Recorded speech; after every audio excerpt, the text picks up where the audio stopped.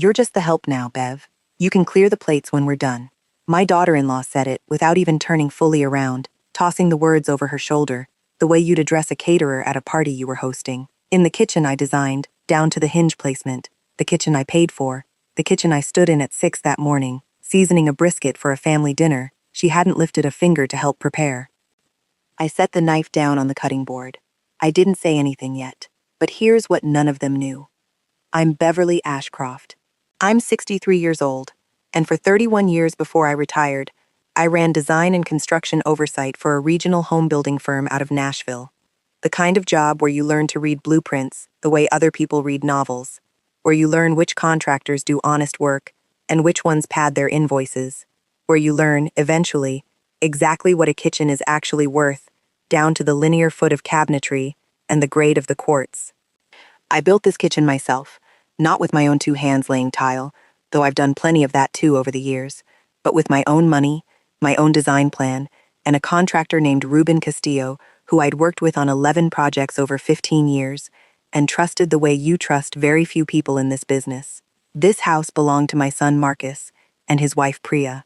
I'd given them the down payment as a gift when they married, and 3 years ago, when their kitchen flooded from a burst pipe under the old cabinetry, I'd paid for the full renovation myself, top to bottom, quietly, the way I do most things, because that's what mothers do for their children when they can, and because I never wanted Marcus carrying the weight of a debt to his own mother hanging over his marriage. What Priya didn't know, what almost nobody outside my old firm knew, was that the renovation contract was never actually finalized in Marcus and Priya's names. Ruben had drawn up the paperwork the way I'd asked him to at the time, out of an old habit from decades of protecting my own interests in every project I ever touched. The permit, the material liens, and the final contractor agreement were all filed under my name and my company, Ashcroft Consulting, as the responsible party of record, with a standard homeowner improvement clause stating the work reverted to full ownership by the property title holder only upon final payment clearance, which, because Marcus and Priya had been going through a rocky financial year when the flood happened, and because I hadn't wanted to burden them with a bill during that stretch, had never technically been executed. I'd simply been planning, quietly, to formalize the transfer whenever felt right. I'd never mentioned any of this to Priya. There'd never seemed to be a reason to. There was about to be a reason. This is silent revenge, where we sit with the quiet women who finally stop apologizing, the ones who kept the peace until keeping it cost too much. Grab your coffee, get comfortable, and subscribe if you're new here, because tonight's story starts in a kitchen and ends somewhere I never expected it to. You should understand who I am before I tell you what happened next, because Priya's version of me and the real version have never been the same person. I grew up outside Knoxville, the daughter of a carpenter who taught me to read a level before I could read a clock. I put myself through a construction management program at a time when there were maybe 4 other women in the entire cohort, and I spent the first decade of my career being asked, at every single job site, whether I was here with my husband, as though a woman couldn't possibly be the one holding the blueprints. I built a career out of proving, project after project, that I could manage a crew of 40 men twice my size and bring a build in under budget and ahead of schedule more reliably than most of the men who doubted me at the start. By the time I retired 4 years ago, I'd overseen the construction of over 600 homes and had a reputation in Nashville building circles that opened doors long after I stopped needing them opened. I raised Marcus mostly alone after his father, my husband Dell, passed away from a sudden heart attack on a job site when Marcus was only 9 years old. Dell had been a framing foreman, the man who'd actually introduced me to construction in the first place, back when I was 22, and he'd patiently explained the difference between a load-bearing wall and a partition wall over a diner breakfast on our 3rd date. After he died, I had a choice: step back from the industry into something steadier, or push forward and become the primary earner for my son in a career path that had never fully welcomed women in the first place. I chose to push forward, and it meant long hours, missed school plays some years, a level of exhaustion I don't think Marcus fully understood until he built his own demanding career decades later. Every kitchen I ever designed, every job site I ever managed after that, carried some version of Dell's memory inside it, the 2 of us having built a life around exactly this kind of work before it became mine alone to carry. My own mother, long before any of that, had run the kitchen of a small diner outside Knoxville for 30 years, without ever once having her name on the sign out front. And I remember her telling me once, when I was maybe 15, and complaining about not being credited for a school project I'd done most of the work on, that the people who need the credit in the moment usually need it because they don't trust the work to speak for itself later. You keep doing the work right, and eventually the credit finds its way home, even if it takes the scenic route. I didn't fully understand what she meant until decades later, standing in my own kitchen being told I was just the help, and feeling, underneath the sting of it, my mother's voice reminding me that the work itself was never actually in question, only how long it would take for everyone else to catch up to what I already knew about it. I remember, early in my career, a superintendent named Dale Whitfield telling a client, in front of me, on a job site I was managing, that he'd feel better if a man signed off on the final inspection. I was 26 years old, holding a clipboard with 40 subcontractors' schedules on it, and I said nothing, because saying something back then could cost you the whole project. I finished that build 2 weeks ahead of schedule and under budget, and Dale Whitfield never worked with our firm again, not because I complained, but because the numbers spoke for themselves in a way words never could have. I carried that lesson forward for the rest of my career. Let the work be the argument. It rarely fails you, even when the people around you do. None of that meant anything to Priya. Priya had married into my family 5 years earlier, a bright, ambitious marketing director who'd grown up in a wealthy Atlanta suburb, the daughter of a cardiologist and a corporate attorney. And from the very first dinner I'd hosted for the two of them, I understood we were going to see the world through very different lenses. She was warm to my face, always, impeccably polite in the way people are polite when they've decided you're beneath their real attention, the mother-in-law from a modest background, a woman who'd spent her career getting her hands dirty on job sites instead of climbing a corporate ladder, someone to be managed rather than truly known. It started small, the way these things always do. She'd correct my pronunciation of wine names at dinner, gently, in front of Marcus, as though I needed the education. She'd refer to my old career, when it came up at all, as Bev's little construction thing, a phrase that always landed like a small paper cut, precise and dismissible on its own, accumulating over years into something much larger. When I offered opinions on the kitchen renovation, my professional opinions, the kind I'd spent 31 years earning the right to offer, she'd smile and say, "I think we'll go with the designer's vision on this one, Bev," referring to a 26-year-old junior designer at the firm I myself had recommended and was quietly paying for, as though that young woman's 2 years of experience somehow outweighed my 3 decades. There was the Thanksgiving, 2 years back, when Priya's father, a soft-spoken cardiologist named Anil, asked me pleasantly what I used to do before retiring, and before I could answer, Priya jumped in with, "Bev did construction management, Dad. Very hands-on, very physical work," in a tone that somehow made 31 years of overseeing multi-million-dollar builds sound like something closer to landscaping. Anil, to his credit, seemed genuinely interested and asked a follow-up question, but Priya had already moved the conversation along to Marcus's promotion at his consulting firm, as though my career were a brief detour on the way to the real subject. There was the birthday dinner, the year before that, when I mentioned, mildly, that I still consulted occasionally for a firm evaluating structural issues in older homes, and Priya's mother asked, not unkindly but with clear surprise, "Oh, do you climb around in attics and things? At your age?" And Priya had laughed along with her mother in a way that stung more than the comment itself, a small betrayal of solidarity that told me exactly which side of the room she considered herself standing on. And there was the renovation itself, 3 years back, when Priya had insisted on bringing in that 26-year-old designer, a young woman named Farah Das, for a fresh perspective, and I'd sat through 4 meetings watching Farah make choices about load-bearing considerations and cabinet weight distribution that I could have corrected in 10 seconds, and I'd said nothing because Priya had made it clear, in 100 small ways, that my opinion on her kitchen was an intrusion rather than an asset, despite the fact that I was the one signing every check. I want to mention Farah specifically because our relationship became its own small, unexpected thread in all of this. She was talented, genuinely, if inexperienced, and I liked her from the first meeting despite Priya's obvious intention to use her as a polite way of sidelining me. About 8 months into the project, Farah called me directly, quietly, asking if we could meet for coffee outside any official capacity, and she told me, almost apologetically, that she knew I was the one actually paying for everything, and that she felt strange taking credit for design decisions that, in several cases, I'd essentially guided her toward, without either of us acknowledging it out loud in front of Priya. I keep getting complimented on choices that were really yours, she said. I don't know how to say that to Priya without it seeming disloyal to the person who hired me. I told her not to worry about it, that I understood exactly the position she was in, better than she probably realized, and that her talent was real, regardless of who'd nudged which decision. We stayed in touch after the project wrapped, and 2 years later, when Farah struck out on her own, I became one of her first client referrals, sending 3 friends her way for kitchen consultations, quietly building the kind of career capital that Priya, in her rush to sideline an older woman she'd underestimated, had never once considered might circle back around. I let it slide, the way I'd let so many things slide over the years, because Marcus loved her, because their marriage seemed genuinely happy in the ways that mattered most, and because I told myself that being underestimated cost me nothing. It's a lie I've told myself in more than one context over the years, and like most lies you tell yourself repeatedly, it eventually stops holding.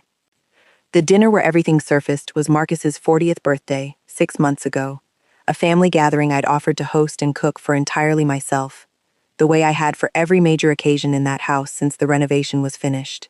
I'd arrived at 6 that morning to start the brisket, because a good brisket needs 8 hours low and slow, and there's no shortcut worth taking, and I'd spent the whole day moving through that kitchen, my kitchen, in every sense that actually mattered, with the quiet competence of someone who'd built it plank by plank in her own mind, before it ever existed in real quartz and real cabinetry.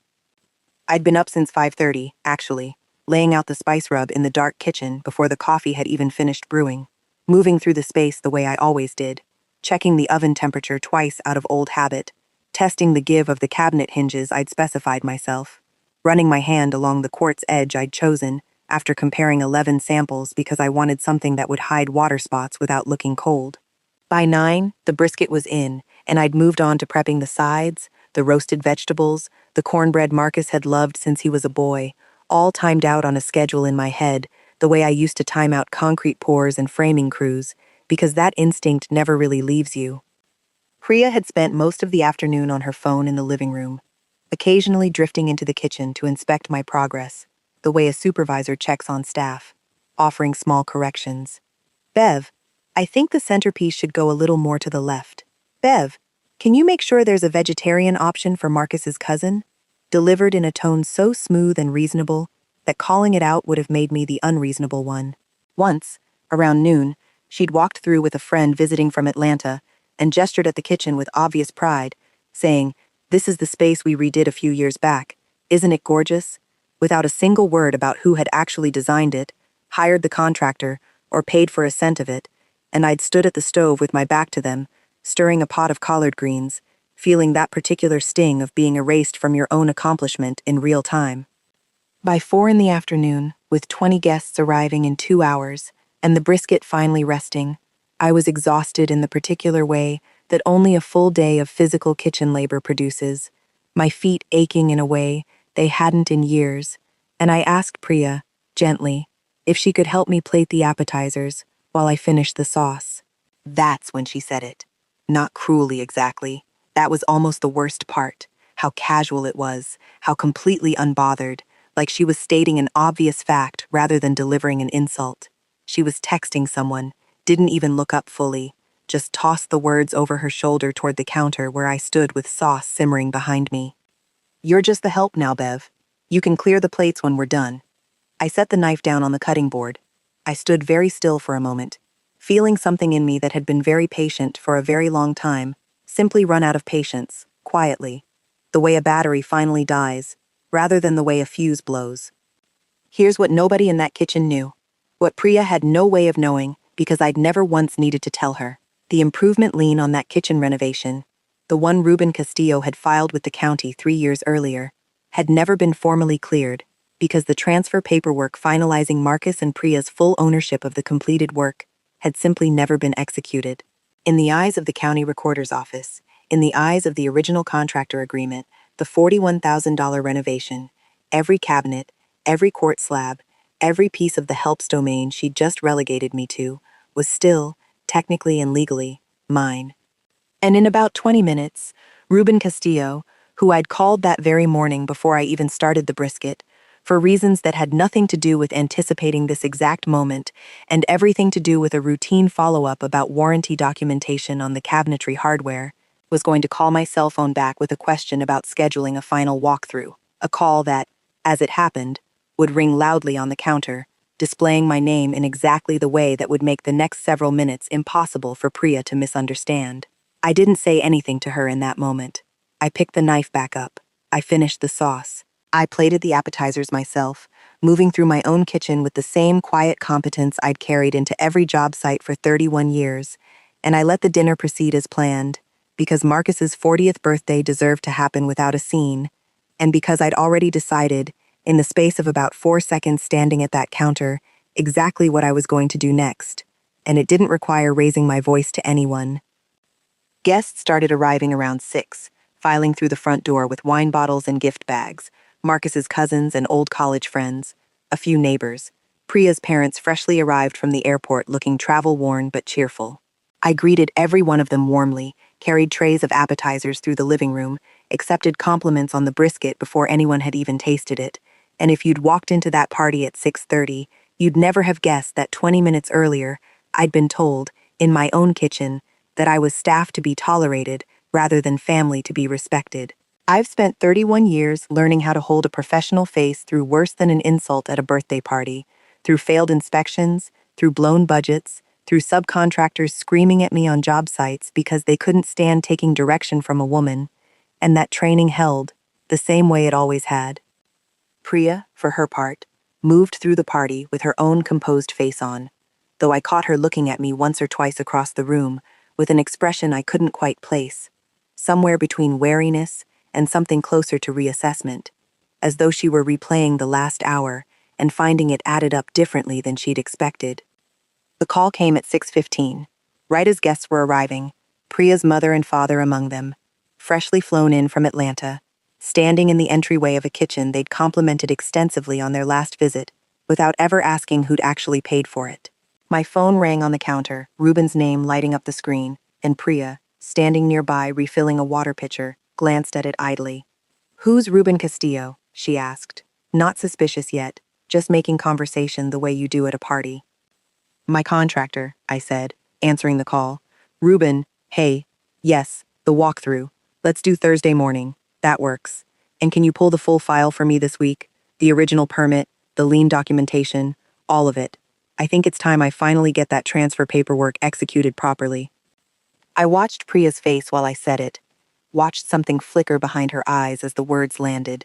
Transfer paperwork, lien documentation, my contractor. Words that didn't belong to the version of me she'd spent 5 years deciding I was. "Transfer paperwork for what?" she asked, when I hung up. I looked at her for a long moment, and then I said, as calmly as I'd say anything, "For this kitchen, Priya. The renovation was never formally transferred into Marcus and your names. It's been sitting under my company's ownership on the county records for 3 years. I paid for it, I designed it, I hired the contractor, and legally, until this week, it's still been mine." The color that moved through her face in that moment is something I don't think I'll ever forget, and I want to be honest that there was no triumph in watching it, not really, just a kind of tired clarity, the feeling of finally setting down something heavy you'd been carrying so long you'd forgotten how much it weighed. Marcus, overhearing from the dining room, came into the kitchen looking between the two of us, confused in the particular way people get when two conversations they thought they understood suddenly turn out to be about something else entirely. "Mom, what's going on?" "Your mother apparently owns our kitchen," Priya said, and I could hear her voice trying to find its footing, trying to decide whether this was a joke, or a threat, or something else entirely. "I've always intended to transfer it to you both," I said, to both of them now, keeping my voice level. "I was never trying to hold anything over anyone. I paid for a flooded kitchen to be rebuilt for my son and his wife, out of love, and the paperwork sat unfinished because I never saw a reason to rush it. There's never been a reason to rush it, until about 20 minutes ago, when I was told, in my own daughter-in-law's words, that I'm just the help around here." "I don't understand," Priya said, and for the first time since I'd known her, her voice had lost its smooth, managed quality. "You're saying you own our kitchen. You could have said something. Any time in 3 years, You could have said something. I could have, I said. I chose not to, because I never intended it as leverage.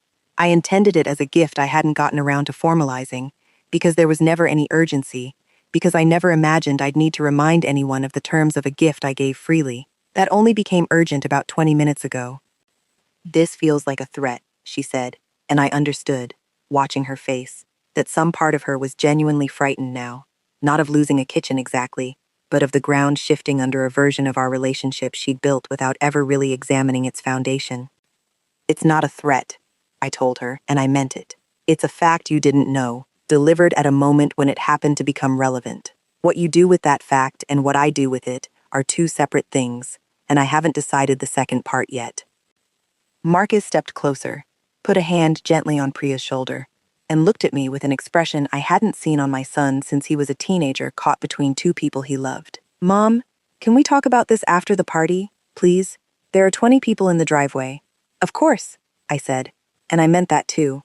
This isn't a conversation for tonight. The room had gone very quiet by then, Priya's parents standing awkwardly near the entryway, 20 guests arriving to a scene none of them had signed up for. I want to explain something about what I did next, because it matters to understanding the rest of this story. I didn't take the kitchen away from them. I want to be completely clear about that, because there's a version of this story where a wounded mother-in-law uses a legal technicality as a weapon, and that was never who I wanted to be, no matter how deeply that comment had cut. What I did instead was quieter, and I think, ultimately, more lasting. I finished hosting Marcus's birthday dinner that night exactly as planned. I served the brisket. I made a warm, genuine toast to my son, the same way I would have if none of it had happened.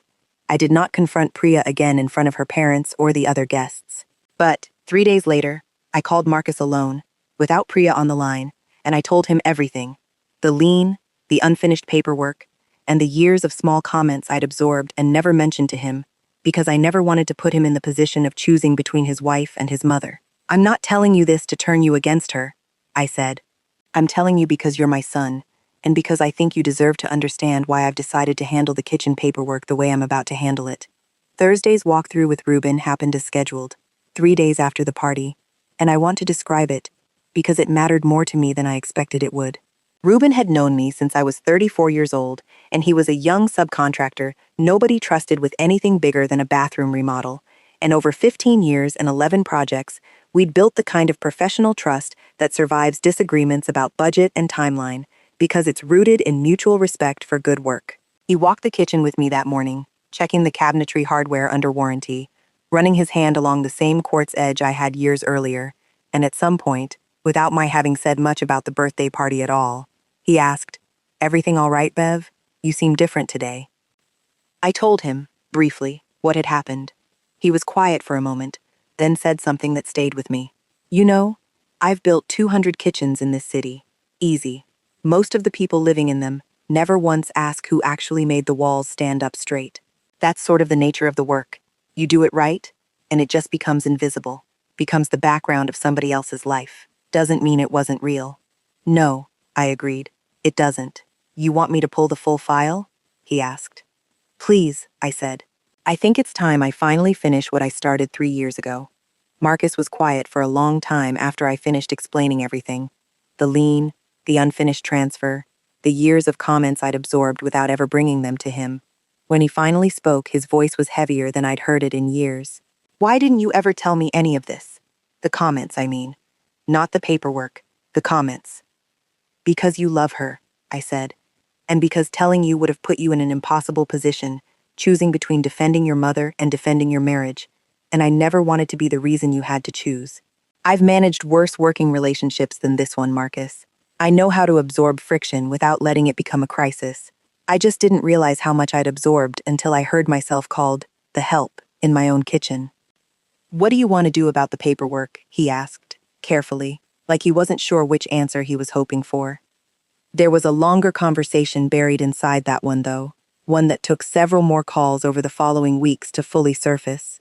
Marcus admitted, slowly, that he'd noticed some of Priya's comments over the years and had chosen, each time, not to say anything, telling himself it wasn't serious enough to make an issue of, that correcting his wife in defense of his mother would create more tension than it was worth. I think I convinced myself that staying quiet was keeping the peace, he told me during one of those later calls, his voice rough. But I think what I was actually doing was letting you absorb something so I wouldn't have to have an uncomfortable conversation with my own wife. That's not keeping the peace. That's just outsourcing the discomfort onto you. I told him I appreciated him saying that, and I meant it, though I also told him, honestly, that naming it now didn't erase the years of small moments where a single sentence from him, "That's not fair to my mother," said once, early, in front of Priya rather than in the car afterward, might have changed the whole shape of what accumulated. He accepted that without arguing, which told me something real had shifted in him too, not just in Priya. "I want to give you both the kitchen," I said. Completely formally. No strings. That was always the plan.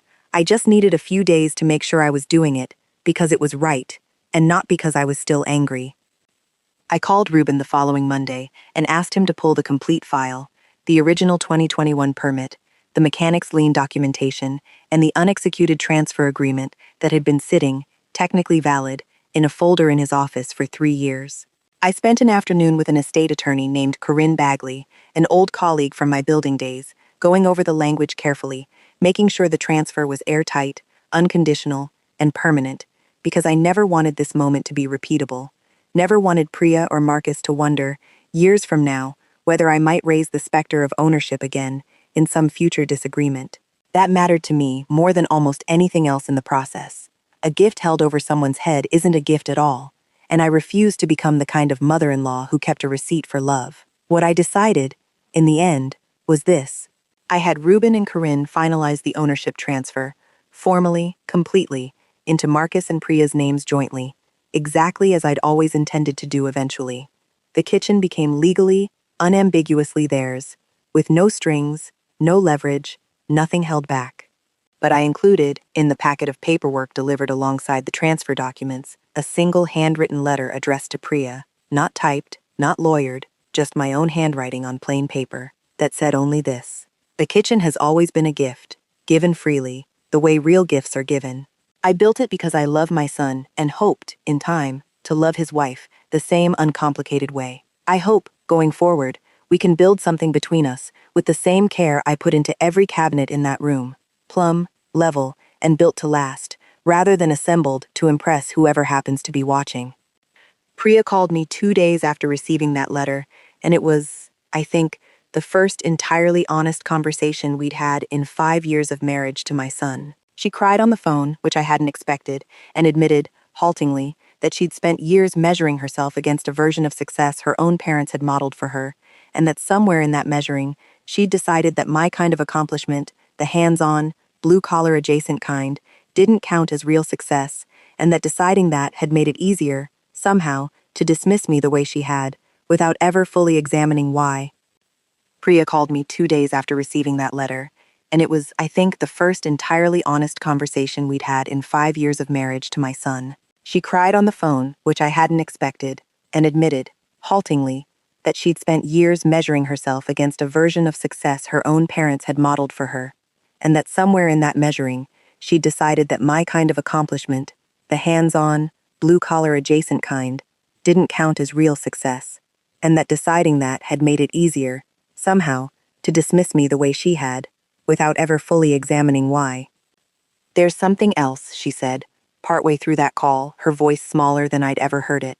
"I think some part of me resented that Marcus talks about you the way he does, like you're this quiet force nobody can rattle. My own mother needed my father's approval for almost every decision she ever made, professional or personal, and I spent my whole childhood promising myself I'd never build a life that depended on anyone's permission. And then I married into a family where the woman everyone actually respected most was you, someone who never once seemed to need anyone's permission for anything, and instead of learning from that, I think I decided I needed to compete with it. That's an ugly thing to say out loud. It's still true. I sat with that for a long moment before responding, because it deserved a real answer rather than a quick, comforting one. I spent 31 years building a career in rooms that didn't want me there, I told her. I understand competition with someone you've decided represents a threat better than almost anyone. But Priya, I was never your competition. I was always available to be an ally if you'd let me be one. That offer's still open. I don't expect you to forgive me right away, she said. I don't even know if I've fully forgiven myself for the way I've treated you. But I want you to know, I heard what you were actually telling me, underneath the paperwork. I heard it. Can I ask you something honestly? I said, and she said yes. So I asked, was it ever really about my career? Or was it about something else entirely, and my career just happened to be the easiest place to aim it? She was quiet for a long moment before she answered.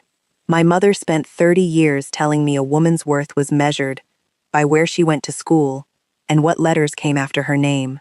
I think some part of me needed you to be less than that, needed there to be a category of accomplishment I could quietly rank above yours, because it was the only way I knew how to feel secure in my own choices. That's not an excuse, it's just the truest answer I have. Thank you for telling me that honestly, I said. That's more than I expected, and it's more than enough to start from. I want to do better, she said. I don't know exactly what that looks like yet, but I want to try. Then let's try, I said. One dinner at a time, one honest conversation at a time. That's really all any of this ever needed to be. Things between us are not perfect now, 6 months later, and I don't think a single letter or a single legal transfer fixes 5 years of quiet condescension overnight, and I wouldn't want to tell this story in a way that pretends otherwise. But Priya asks my opinion now, genuinely, on things that matter. She called me last month before repainting the guest room, wanting my actual professional read on a color that would hold up against Nashville humidity, and she listened to the answer instead of routing around it. She stopped referring to my career as a little construction thing. Small corrections, but real ones. The kind that accumulate the same slow way the original slights did, just moving in the opposite direction now. I think about that moment in the kitchen often, the exact second she said, "You're just the help now," and what strikes me most, looking back, is how little heat was actually in my response. I didn't raise my voice. I didn't make a scene in front of her parents. I finished the sauce, I served the dinner, and 3 days later, I handled the truth of the situation through paperwork and a letter, rather than through confrontation. Because I've learned, over 31 years of managing job sites full of people who doubted a woman could run the show, that the loudest response is rarely the most effective one. The quiet, correct, well-documented response almost always outlasts it. I called Farah Doss a few weeks after everything settled, mostly just to catch up, and I ended up telling her a shortened version of what had happened. She was quiet for a moment, and then she said something that struck me. I think about our project all the time, actually. I learned more from watching how you carried yourself in those meetings than from anything in design school. You never once corrected Priya in front of me, even when I know you wanted to. You just kept doing the work right and let it hold. I told her that was generous of her to say, though privately, I wondered whether letting it hold for 3 years had cost me more than it needed to, whether a little more friction, sooner, might have spared everyone a 40th birthday party, detonating in the middle of a kitchen I'd built with my own hands. I don't have a clean answer to that. I suspect most people who choose the quiet path over the loud one carry some version of that same unresolved question. I've thought, too, about what it would have meant if I'd handled it differently in the moment. If I'd raised my voice at that counter, told her exactly what I thought of her manners in front of her own parents, made the scene that some part of me, in the rawest first few seconds, genuinely wanted to make. I don't think that version of the story ends anywhere good.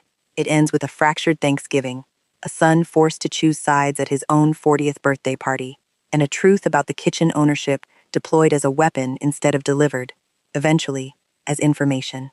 I'm glad, most days, that the version of me built by 31 years of construction management chose the quieter path, even though some nights I still wonder what it would have felt like to just say, out loud, in that kitchen, exactly what she'd made me feel in that moment. Dell would have laughed, I think, at the idea that a piece of paperwork he never even lived to see finished ended up being the thing that finally set things right in his son's marriage. He always said good work outlasts whoever doubts it, that a wall built plumb and true doesn't care whether the person walking through the doorway ever bothers to say thank you. I think that's true of more than walls. I think it's true of the 31 years I spent proving, job site after job site, that I belonged in rooms that didn't always want me there. And I think it's true of the version of myself that walked into that kitchen at 5:30 in the morning to start a brisket, long before anyone else in that house was even awake to notice the work being done on their behalf. Priya's father, Anil, pulled me aside briefly during dessert that night, before any of the paperwork conversation had happened, before he had any idea what had unfolded in the kitchen an hour earlier. He'd had 2 glasses of wine and seemed in a reflective mood, and he told me, unprompted, that he'd always admired that I'd kept working with my hands well into my 60s, that most people he knew retreated into something softer once they had the means to. I thanked him and said nothing more, though I remember thinking, standing there holding a stack of dessert plates, how differently his own daughter seemed to see the exact same fact about me. I never told Anil what had happened in the kitchen that evening, and I still haven't, 6 months later. Some things are better handled quietly, inside a family, than aired in front of in-laws who are only visiting for a weekend. That's a lesson 31 years of construction management taught me too. You handle problems at the level where they actually live, not in front of an audience that has no stake in the outcome. If you've ever been dismissed by someone who mistook your quiet competence for lack of worth, I hope you remember this. You don't owe anyone a loud reaction to prove what you're worth. Sometimes the most powerful thing you can do is keep building, quietly and correctly, until the truth of what you've built becomes impossible to dismiss. Thank you for spending this time with me. If this story resonated with you, drop a comment and let me know, and subscribe for more stories about the quiet women who finally stopped shrinking themselves to fit someone else's comfort. I'll see you in the next one.